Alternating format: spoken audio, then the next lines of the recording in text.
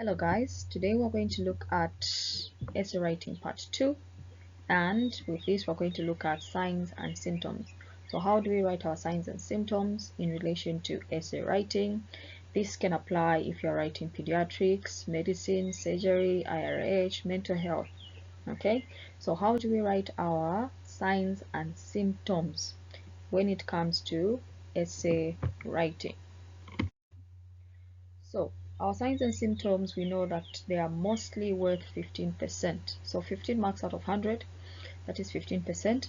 Sometimes you might be given, maybe mention 5 signs and symptoms, 1 mark each, which will give you 5%, or 2 marks each, 10%, or mostly they will ask you state 5 signs and symptoms of this condition, whether it be pediatrics, medicine, surgery, IRH, or mental health. Okay, so an example given there, we have state 5 signs and symptoms of cerebral malaria, 15%, state 5 signs and symptoms of congestive cardiac failure, which is CCF, or congestive heart failure, it is the same thing, which can also be 15%. Okay, so now we'll go to our next slide and see what we need to add in our signs and symptoms as we are writing to get all the marks, because you might find that if you don't add certain things like we're going to look at, you might get maybe 1 mark or you might get 2 marks. Okay, so for you to get 15%, what do you need to add to your description of your signs and symptoms? 1, you need to mention the type of sign or symptom. Okay, so if you mention to say state 5 signs and symptoms of cerebral malaria, and then you say joint pains, how many marks are you going to get? Just without a description, that is 1% or 1 mark, because you know that 15%, if it is divided out of 5, you have 3 marks each for your signs and symptoms. So if you mention and then you put a brief description of what that signs and symptom is all about, or what causes that sign and symptom, then you'll be able to get your 15%, because 1% is distributed to your mentioning, then your stating of that type of sign and symptom and how it comes about, that is the 2 marks. So in total you get 3 marks per point. Okay, so you need to get at least 3 with correct description for you to get 15%. Without that, you get low marks. Okay, so we'll look at some of the examples in relation to the conditions that we're going to look at today. So the question there is state 5 signs and symptoms of cerebral malaria. Okay, we'll look at the pathophysiology another time, but for now we're just going to look at examples of how to state signs and symptoms. Okay, so cerebral malaria, we know that this condition affects the cerebrum. Okay, cerebral cortex, which is in the brain. So when this condition goes and reaches the brain, what are the signs and symptoms? So 1, unconsciousness. So you have mentioned. So if you mention unconsciousness, confusion, hepatosplenomegaly, fever, jaundice, you are just mentioning. You need to explain, give a brief description what is causing unconsciousness in cerebral malaria for you to get the 3 marks.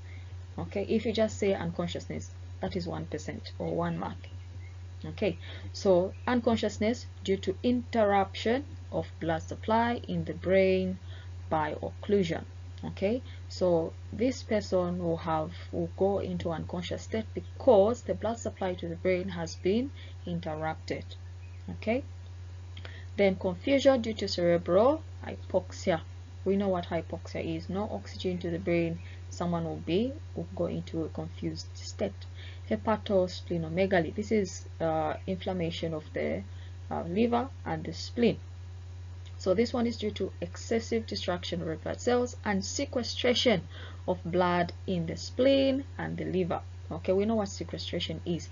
Sequestration, this is a pull of blood into the liver or the spleen, because you find that if red blood cells are destroyed, okay, they need to be eliminated in the liver and the spleen. So that pool of those red blood cells which are destroyed, this is what is causing the liver and the spleen to enlarge.